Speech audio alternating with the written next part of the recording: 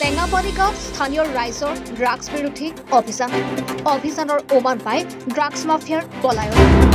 বহুদিনৰ পৰা ড্ৰাগছৰ বিৰোধিতাৰে স্থানীয় ৰাইজ আৰু দল সংগঠনে বিভিন্ন কাৰ্যসূচী গ্ৰহণ কৰি আহিছে যদিও একাংশ দুষ্ট চক্ৰই অঞ্চলটোত ৰাইজৰ চকুত ধূলি দি ৰমৰমীয়া বেহা চলাই আহিছে। অঞ্চলটোৰ কেইবাজনো ড্ৰাগছ মাফিয়াক স্থানীয় ৰাইজে গাঁৱৰ পৰা বিতাড়িত কৰাৰ সিদ্ধান্ত গ্ৰহণ কৰিছে। উল্লেখ্য যে অঞ্চলটোত অতি পিছপৰা যাতায়াত ব্যৱস্থা আৰু অসম অৰুণাচল সীমান্তৱৰ্তী অঞ্চলৰ সুযোগ গ্ৰহণ কৰি এই দুষ্ট চক্ৰই ড্ৰাগছৰ অবাধে প্ৰচলন কৰাই আহিছে।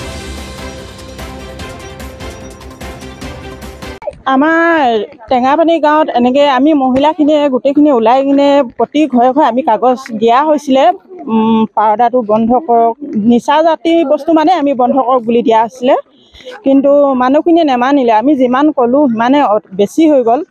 এতিয়া গৈ এতিয়া সৰু সৰু ল'ৰা 10 বছৰীয়া 15 বছৰীয়া এনেকুৱাবোৰ ল'ৰাও বেছি খাব লৈছে। নিজৰ মাক বাপেকহেঁতেও খায়, ল'ৰা ছোৱালীও খায়, এনেকুৱা হৈছে।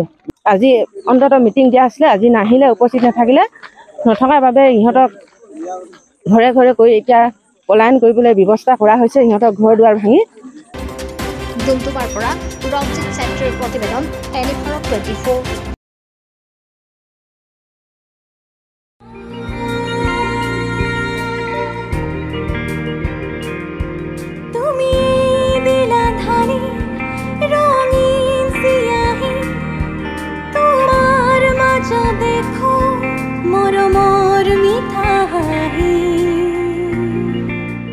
মৰমৰ ৰঙেৰে বৰ্ণিল কৰক জীৱন।